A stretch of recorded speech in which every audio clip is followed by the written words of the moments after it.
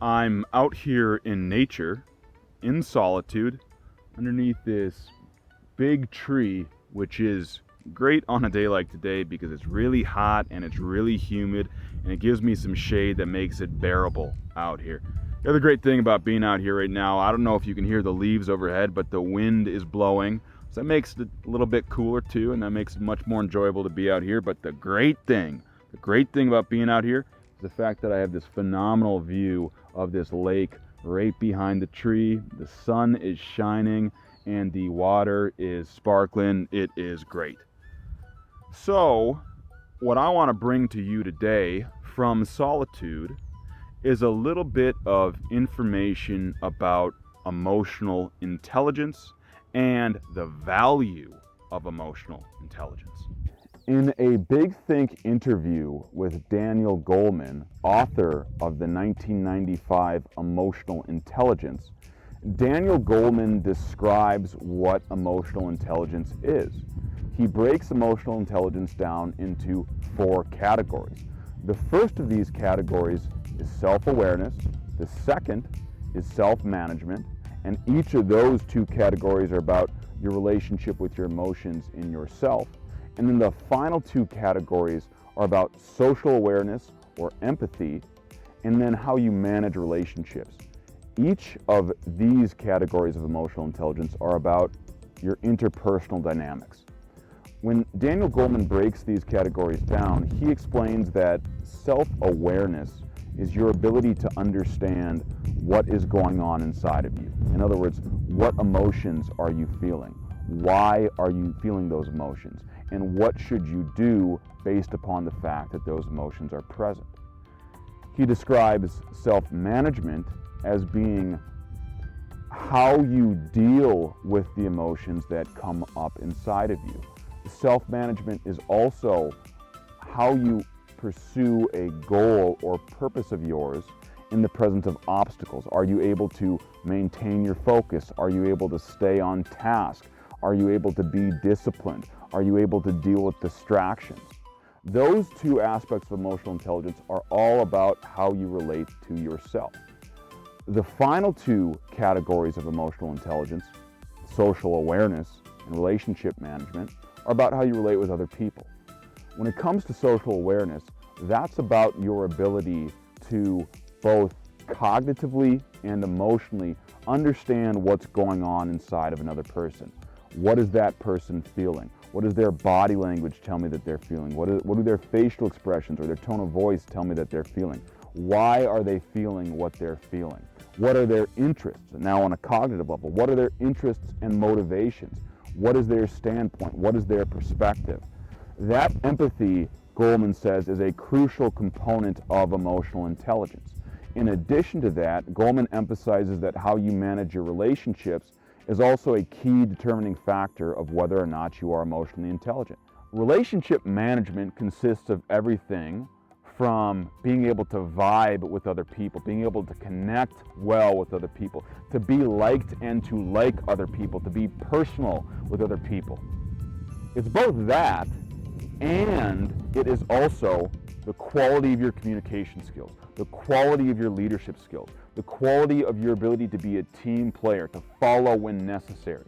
When you look at each of these categories of emotional intelligence, you might wonder, what are some examples of how to be emotionally intelligent? So let's break down each of these categories and give an example of a person who has emotional intelligence and a person who does not have emotional intelligence, so we can understand the value of having emotional intelligence.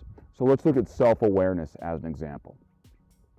If you have high self-awareness, which means that you know what's going on inside of you and why what's going on inside of you is going on inside of you, you might say, be able to better defend a boundary if a person violates that boundary. If you feel anger in reaction to somebody violating your boundary, then that anger, if you're attuned to it, could tell you, hey, I need to enforce this boundary. If you have the ability to enforce that boundary effectively because you know a boundary has been violated, you know that your anger is telling you that, your self-awareness puts you in a position to be able to effectively set that boundary and protect yourself. Whether that protection is you protecting your ego, your relationships, or some vested interest that you have, being aware of your anger and knowing that that anger is telling you to protect yourself is going to help you in relationship with another person. If, however, you have poor self-awareness, which means that you have low emotional intelligence, you might not know that anger is showing up in reaction to a boundary violation. So if somebody violates your boundary and you don't register feelings of anger inside of you, which then means that you're not aware of the fact that you need to set a boundary, that your anger is telling you it's time to set a boundary, you might not set that boundary. When you don't set that boundary, that means that you can't protect yourself, you can't protect your relationships, you can't protect your interests, and you might also unknowingly reinforce other people for violating your boundaries. That could cause some danger in your life. That could cause problems in your life. So in this instance, having self-awareness, one of these components of emotional intelligence, is the difference between being able to protect yourself and not being able to protect yourself. So there's one of the reasons that we see emotional intelligence as being valuable. Self-awareness can give you advantages that you otherwise wouldn't get if you weren't emotionally intelligent. Now let's look at self-management. Let's say you were pursuing a goal. You need to accomplish a task by Friday. It's the beginning of the week. You've got a Friday deadline. Over the course of your week, you realize that you have conflicts in your family. You've got conflicts with your peers at work. You've got conflicts in your relationships. These conflicts, if you don't have the capacity to manage yourself well, could sidetrack you, take your focus away from your work and toward the conflicts, and make it much harder to effectively get your work done. Then, when Friday rolls around, because you're so consumed by all of these conflicts, you might not have anything to show for your work. Then in turn, you either don't complete your work or you complete work that's of drastically less quality just to meet the deadline. That's a problem that shows up when you don't have the capacity to manage your emotions, when you don't have emotional intelligence. If, however, you did have emotional intelligence because you knew how to manage yourself, you would realize, hey, I've got all of these conflicts that are coming up in my life, and I've also got this task to complete, so I need to do the job of disciplining myself to get my work done while also dealing with whatever disarray I'm in over the conflicts that I'm facing. Your ability to discipline yourself and focus on what you need to do and have the drive to deal with your conflicts so that you can meet your goal is an example of a person who has good self-management.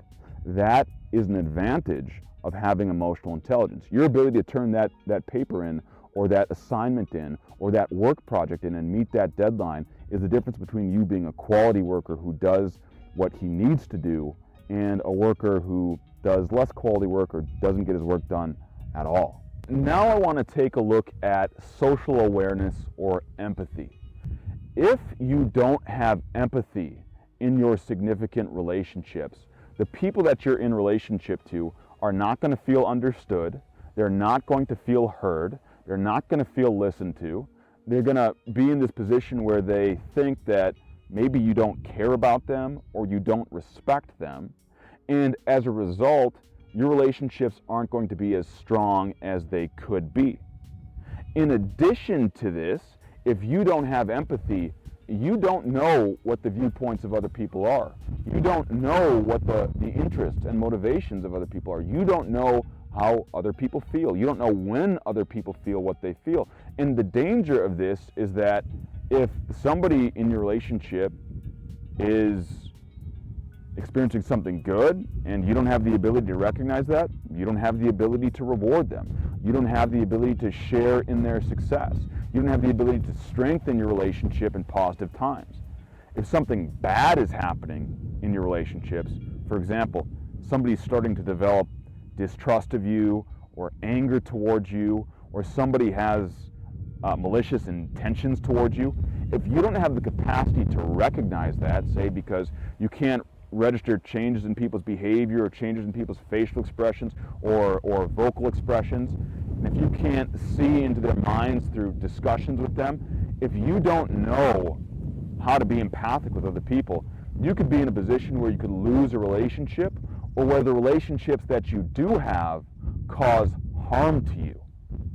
If, on the other hand, you do have empathy, you're in a position here where when somebody expresses some kind of positive emotion or comes to you with some good news, you can celebrate in that because you know how important it is to them. If somebody comes to you with anger or distrust, you can address that anger head on. You can address their grievances head on. You can address their distrust head on. And if you find yourself in a position where somebody's acting maliciously towards you or has some kind of malintent towards you, you can cut that off and properly defend yourself against people like that before it becomes an issue. Empathy then becomes a major advantage in your relationships. It also just helps you understand people better. It helps you understand human nature better. And that puts you in a position where when you're more informed and more educated about how people act and what motivates them, you can take better action in relation to them. That is a huge advantage. Building on empathy is relationship management. When you have good relationship management skills, that puts you in a position where you can gain the benefits that come from relationships. If you don't have good relationship management skills, you can't gain any of the benefits of having good, healthy relationships. Now, what are the benefits of having good quality relationships? Well, for one, you can do more as a team of individuals or as a dyad of individuals than you can do as an individual. Being in a relationship with other people helps you get more done. It also helps take the burden of whatever task that you have away from you just a little bit, and it helps you spread out the share of the work among people. Being in relationships also gives you somebody that you can bounce ideas off of. It helps people give you feedback on things that can help you improve your life. And frankly, being in relationships just makes for a higher quality of life. So let's look at an example of a person who does not have high emotional intelligence when it comes to managing relationships, and then compare that to a person who does have that intelligence. Let's look at this in terms of a leader. If you are leading in a friendship or a relationship with a significant other or a work relationship, and you are operating under the assumption that what you say goes, that it's your way or the highway, and that you can dictate to other people, you might not understand that some people, many people, don't like to be led like that. Many people feel as if you are disrespecting them or infringing upon their autonomy or just simply being abrasive. A lot of people don't like being told what to do. If you try to lead with that attitude because you don't know how to lead properly or communicate properly and understand what people are receptive to and what they aren't receptive to, your ability to lead is going to be drastically impaired. You might see people not getting their work done on time, not following your lead, not enjoying the quality of your relationship with them, and they just might not give you everything that they're capable of. On the other hand, if you do understand how to lead people, if you do understand how to communicate with people, you might be able to realize that people like to buy into relationships. You might realize that people like autonomy and that they like to be respected. So as a leader, your communication style would totally change. You wouldn't dictate, you wouldn't say it's my way or the highway. You would ask people to offer what it is they have to offer. You let them take some leadership so that they could be contributors to the goal of the group or the goal of the relationship. And when you do that, so long as the people that you're with are trustworthy and competent, you're going to get them to be far more effective. And they're going to enjoy following your lead even more as well. But in order for you to get those benefits, you need to have the emotional intelligence of understanding what motivates people, understanding what people like and don't like, and understanding how to lead people. In each of these four categories, you can see the pros of having emotional intelligence and the cons of not having emotional intelligence. When you're more self-aware, you can take action that you otherwise can't. When you know how to manage yourself appropriately, you can pursue goals in an effective way that you wouldn't be able to if you didn't have the self-management skills that come with emotional intelligence. If you have empathy, you can have stronger relationships. And if you know how to manage those relationships, you can gain the benefits that come from solid teamwork and unidirectionality of movement with a partner. So it's worth developing emotional intelligence. It's a skill that will improve your relationship with yourself. It will improve your mental health. It will improve your emotional health. It will help you be more effective in the pursuit of your goals.